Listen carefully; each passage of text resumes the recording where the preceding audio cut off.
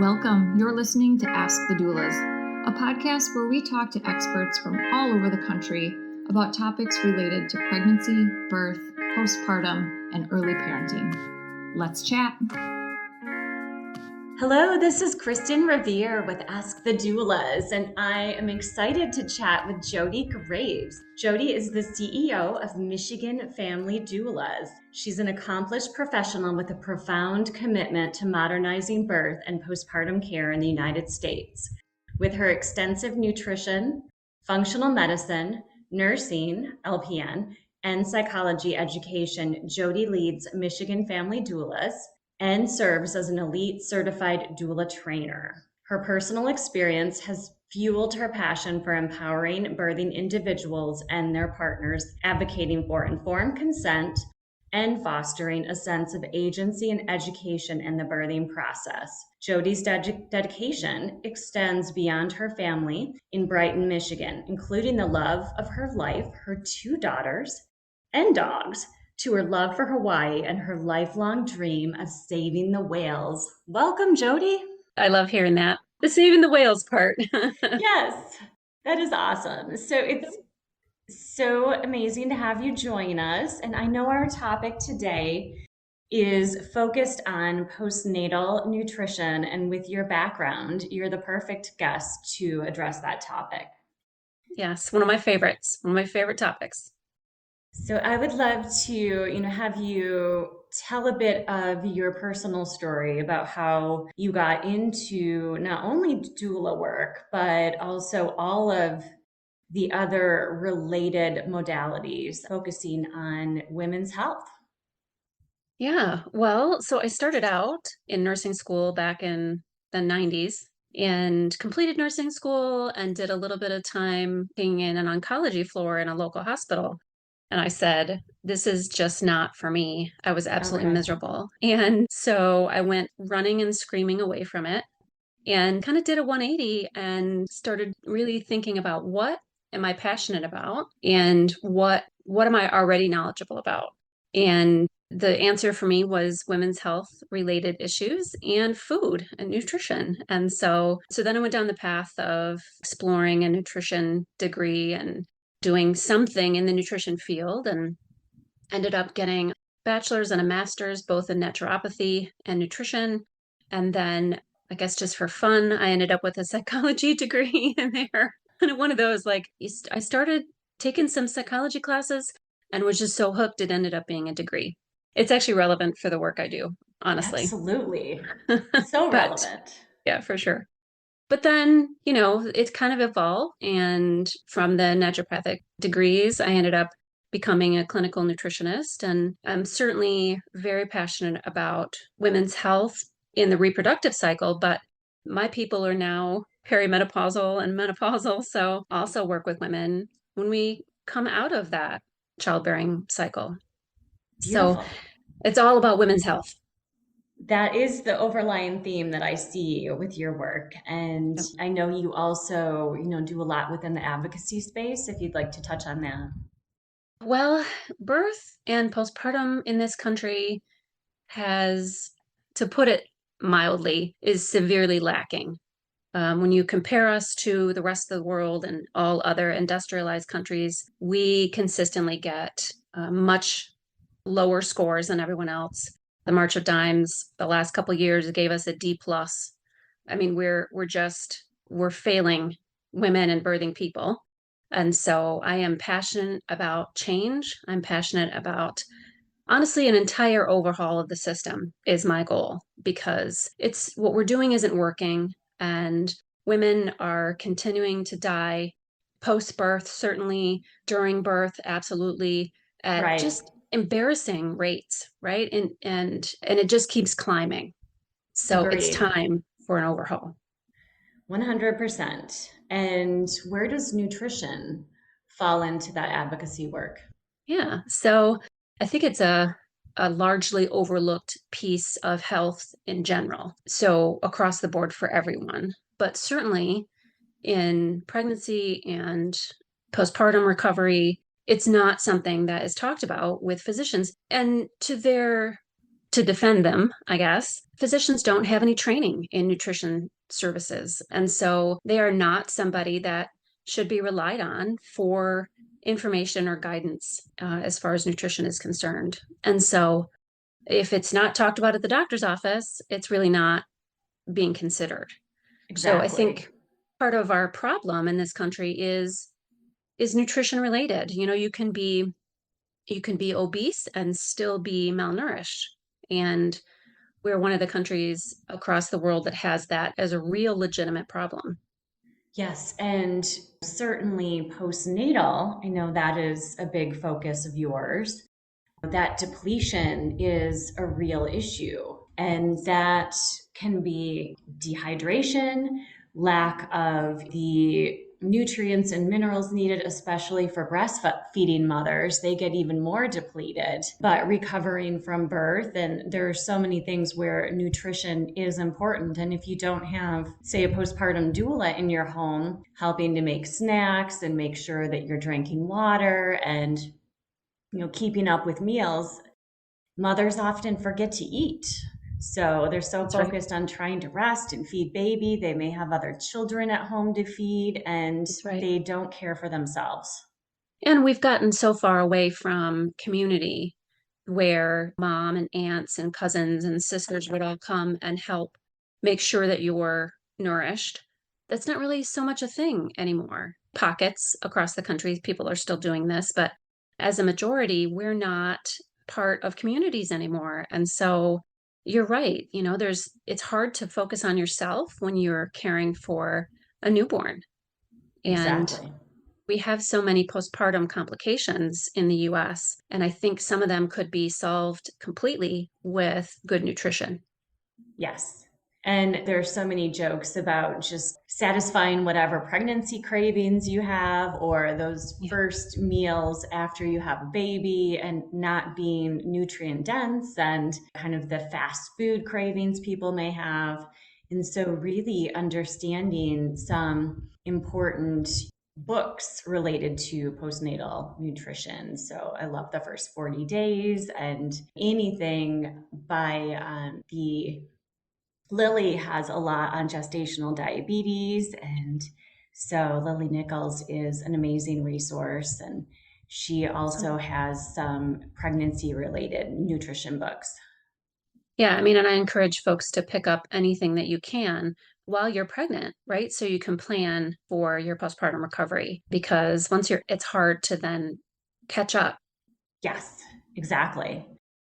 And so what are your tips for our listeners who are looking at planning for their postpartum phase, and how to, get some good nutrition in those meals, whether they're asking for food from friends and family for meal trains, and how to ask for the right things rather than, say, a casserole? Right. Well, in casserole is not a bad idea as well if it is nutritionally balanced, right? If it's mostly cheese and bread, it's probably not going to give you the desired outcome. Right. But we do like to tell our clients that work with my agency, Michigan Family Doulas, try to focus on warm foods. Soups are amazing, especially if they're packed with vegetables and beans and other things. You can even put chicken and that kind of a thing in soups, and get a really good nutrient profile in something that's fairly easy. So casseroles are great too if we're talking about including some phytonutrients, which is going to be plant-based nutrition. Yes. And so keeping it simple, keeping it easy is important. Things that you can put away and freeze and pull them out and reheat them easily are tips that I have. If you're having cravings for things, think about why that might be. Usually the human body has cravings because it's lacking in some sort of nutrient. And so really focusing on phytonutrients, which are plant-based, warm foods, of course, and getting enough fats, enough carbs, enough protein during that postpartum recovery time. And it's tricky to know what that means, right? Like you go to Google and ask, how much do I need? And you might get 6 different answers. So that's a tricky piece. It is. And as doulas, of course, we have our finger on the pulse for all of, the experts that we can refer our clients to. And that could be functional medicine doctors or nutritionists, dietitians, and trying to look at even some healthy meal delivery services. I know there are some in your area in Southeast Michigan. I've ordered for friends who had babies and had some healthy meals delivered to them. And that's a wonderful thing. We definitely have more options here than we ever have. I think that's the case across the country, which I love. I think that a lot of Americans have realized that there's a problem with the way we eat and the food that's available to us. And a lot of us are making changes already. So, which is awesome. It can only help with postpartum recovery. The more people that start realizing, hey, if our food supply isn't that great, what we normally eat really isn't healthy, maybe I'll get some different options and change my diet a little. And I think that can only help this whole process, right? And it can only help with our statistics about postpartum complications. Right. And what are your tips for listeners who are breastfeeding or pumping? Yeah, so that when you are breastfeeding, that your body requires an extra 300 to 500 calories a day. That can be something as simple as a half a sandwich and a handful of grapes, simple things, right? So we encourage our clients, and I encourage that we work with to, again, even if you are eating extra calories, be mindful of what those calories are. I think mindful eating is really important. Ask for help, right? If you're like, it's the middle of recovery, I'm 2 weeks in, there's nothing in my house to eat, I can't cook for myself. The typical conversation we have in postpartum, like, Right. where's my extra pair of hands? And so I encourage folks to investigate what's in your area, investigate some of those meal delivery services in the area. Or postpartum doulas will come and help do some of that for you. Make snacks while you're there. If you have a soup recipe or something you want to put together, your doula can do that for you. So there's a lot more options now than ever before for getting these needs met, whether you're breastfeeding or you're not. Exactly. Yeah. And even with grocery delivery service, I wish that was a thing when I had my kids. Oh my gosh. Yes, for sure. I can't, I think about that now and I'm like, how did we make it work in the middle of Right. We postpartum just recovery? did. I got to go to the grocery store with my brand new newborn, and the times have changed. So we have more options available to us now, which I'm so grateful for. Exactly. And in my early days as a postpartum doula, I used to run errands for my clients, go grocery shopping, the butcher, and that way they could stay home and focus on, again, healing and feeding their baby. Yeah, for sure. But now it's not even really a needed service, as you can get your groceries delivered. That's right. Now, they don't always do a perfect job in getting the things that you ask for, but I tell you what, it's a heck of a lot better than what it used to be.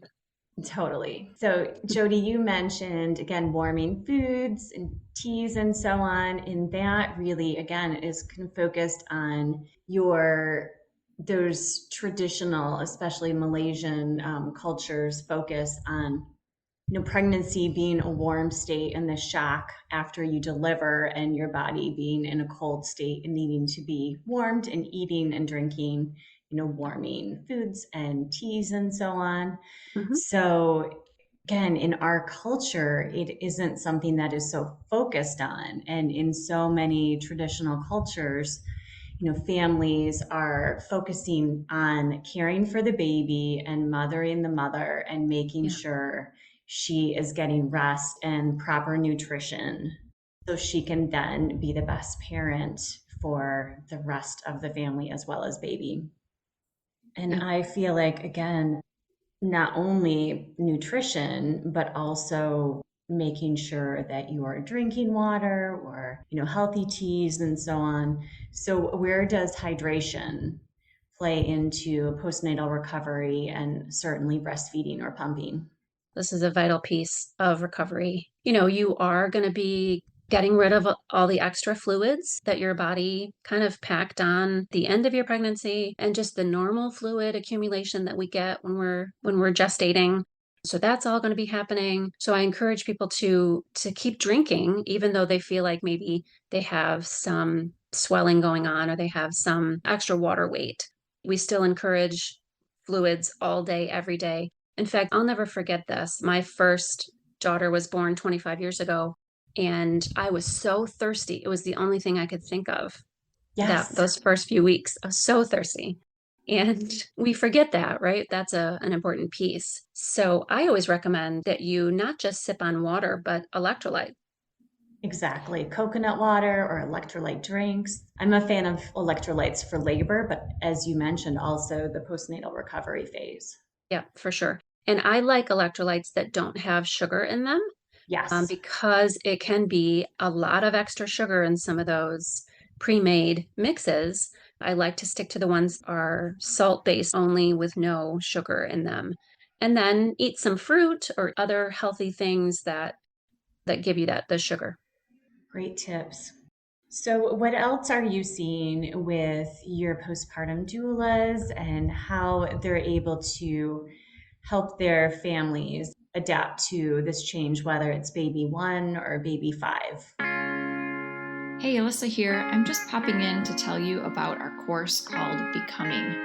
Becoming a Mother is your guide to a confident pregnancy and birth, all in a convenient 6-week online program.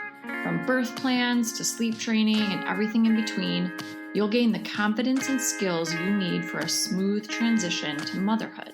You'll get live coaching calls with Kristin and myself, a bunch of expert videos, including chiropractic care, pelvic floor physical therapy, mental health experts, breastfeeding, and much more. You'll also get a private Facebook community with other mothers going through this at the same time as you to offer support and encouragement when you need it most.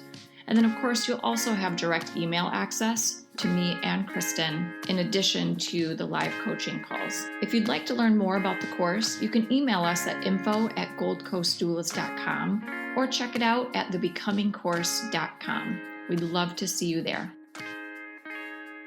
Well, I think that some of the biggest things that we're doing as doulas here really are obviously supporting folks, no matter what their parenting styles are, no matter what their choices are, no matter whether it's 1 baby or 5, like you mentioned, just helping everybody to get rest, to get nourishment, to have somebody there to help with basic things in the early days.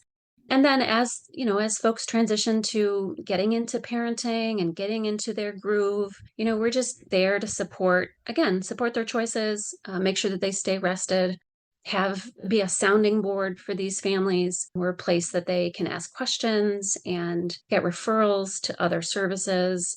We really want to be the go-to person for these families when they have an issue or they're feeling stressed or, God forbid, they're showing signs of postpartum mood and anxiety disorders. We want to be there on the front line. So that's really our focus here. Exactly. And you mentioned rest multiple times. So your agency, similar to mine, does offer overnight postpartum doula support, newborn care specialists. So let's touch on that for our listeners who hadn't really known that was an option for them. Yeah. So we do provide overnight care. I wouldn't say it's exclusive that we just provide overnight care, but it's definitely more than 75% of the care that we provide is overnight because everyone is exhausted.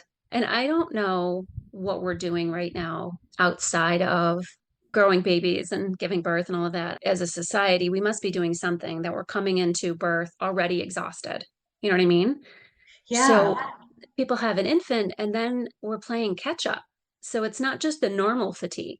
It's more of an extreme, everybody's stressed, everyone is exhausted. And so, we're really trying to focus on helping people overcome that because you can't be a good parent if you're so fatigued you can't keep your eyes open. So we really focus on that quite heavily. And I'm going to say about 90 to 93% of the time, I'm a numbers person. So 90 to 93% of the time, our families will have a few overnight visits or plan for maybe just a short-term care plan with us. And then they almost always ask us to stay on. So I think when folks get a taste of what it's like to have a newborn, but also sleep, they're like, oh my goodness, you can't leave. So, Yeah, it's priceless. And yep. for partners who need to return to work right away, then it is helpful for them to be at the capacity they were. Say they're a physician and need to return 2 days after, the baby's born, and they're working long shifts, so they can't help with diaper changes and need to get a full night's sleep. And so we work with a lot of families where the partner is back at work or traveling for work, or say an athlete, for example, and may not even be around. It's hard to plan with certain schedules, whether it's military or with athletes. Yeah, we find the So exact same thing as well here in Southeast Michigan. We do work with a couple of the sports teams in the area and lots of physicians. So we're finding the exact same thing. It's hard when you're a team, right? It's hard when you just gave birth, but you and your partner both can stay home for a little while. That's hard. And then you take one of the partners away and say, okay, now you got to go back to work, and everything is as normal. It's almost debilitating for some families. And so I'm really grateful to be doing the work that I'm doing, that my agency's doing. I'm grateful to be able to have even just a little impact on communities. And if I'm being honest, it stems from the fact that I didn't have any of this when I had my children. right. Yeah, I mean, postpartum doulas and newborn care specialists were not a thing. No. And if there were postpartum doulas, they mainly did daytime support, short daytime shifts, helping with household tasks. So it's definitely changed quite a bit since we both got into this field. And with insurance and employer benefit plans covering more and more, and health savings and flex spending going from only birth doulas to also identifying postpartum doulas as a need. Yeah. So that's been very helpful. It's wonderful. We get a lot of clients now that are using employer provided benefits, which is amazing. It's a step in the right direction. It's not a cure all. It's not even a band aid, if I'm being honest. But because, it's like trying to use maybe this is a backwards analogy, but we're using a fire hose to put out a match. With some things, this is the opposite. Like we have a forest fire and we're trying to use a little bucket that we might on the beach. Right. So yes, it's helpful. It's a step. It's something. And I still feel like we have so much work to do. Yes. And in your area, especially, people are moving to Southeast Michigan, to Detroit area without the family ties and Yeah. potentially friends around. And so they don't have any support. They've moved for work or to, get into a more affordable city, whatever the reason. And then they're feeling very isolated, and the postnatal time is isolated as it is. And if you Yep. don't have family to help, especially when we're in a childcare crisis, a postpartum doula or a newborn care specialist can help fill in some of the gaps.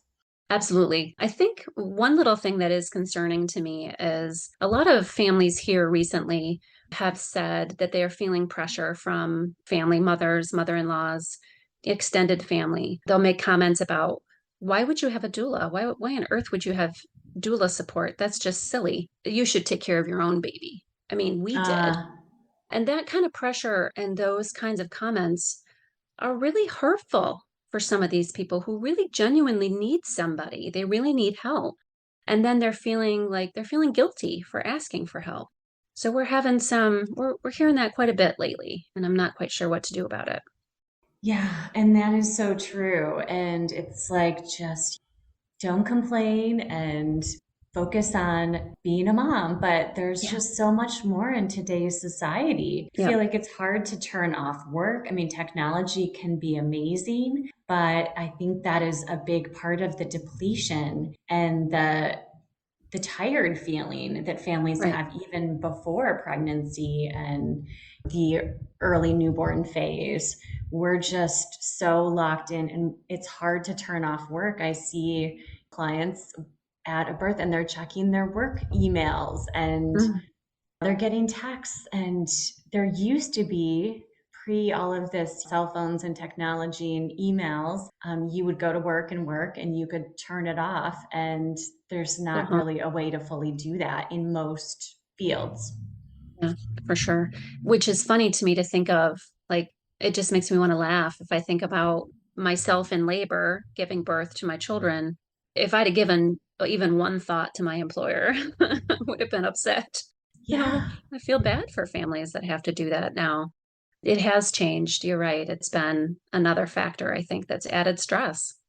Exactly, especially if, you deliver early and you had planned everything for maternity leave and tried to go as long as possible to optimize your leave. And then all of a sudden, there are all of these unfinished tasks. And so that's Yep. what I would see. It's like, oh no, I need to email and this needs to be done. And you Yep. really need to focus on your birth and early parenting. But again, some things are out of our control.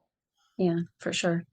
Yeah, and I think people feel a lot of pressure at work or a lot of pressure just to make enough money to make ends meet. And so, Exactly. it's extra stressors all the way around. Right. And everything, rising costs with, childcare and Yeah. food, gas, all of the things. And Hmm. so it is stressful for families. And luckily, as we mentioned, there are different ways to pay for support, but and also certainly with healthy meals and nutrition, registering for services instead of things like Yeah, all of those onesies and the fancy stroller. When you could get a doula, you could again ask for healthy meal delivery services or gift that's cards right. to your favorite restaurants, a housekeeper, things that will make your life easier. Yeah, and it's hard to know where to direct your money, but you're right, all the things is not the place to spend because they won't help you when you're exhausted. They won't help you so you can unplug and have a nap or have a shower, do the things to that you need to make yourself feel normal, right? To feel like, okay, yes, there's semblance of my old life here.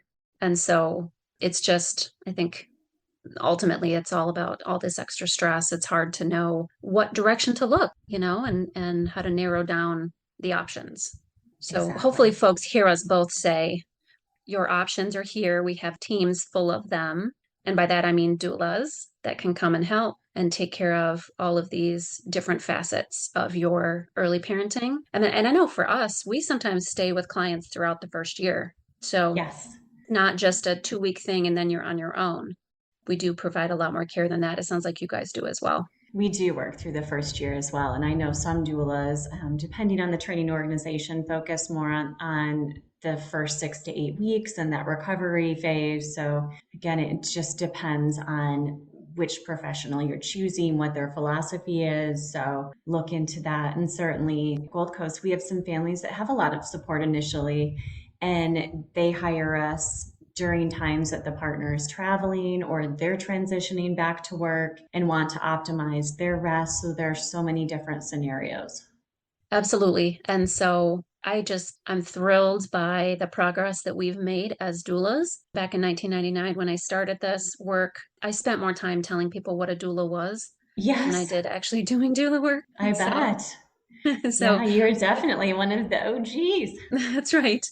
And so we've come a long way because now most people do know what doulas are. Not so much on the postpartum side. So we've got some work to do Right. there. But every now and again, I still run into people that don't have any clue what a doula even is. And so now it's fun for me to be like, oh, this is something that you must know about. So I'm really glad that we have come as far as we have. I also, in the same breath, feel like we have so much farther to go.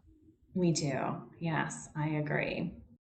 So I could talk to you forever, and I know Indeed. our conversation has gone into many different directions, but I would love your top snacks for our postnatal listeners who are trying to avoid that depletion and nourish themselves. So, what are you giving postpartum clients, or what are you suggesting with your team of doulas to, other than you mentioned fruits earlier?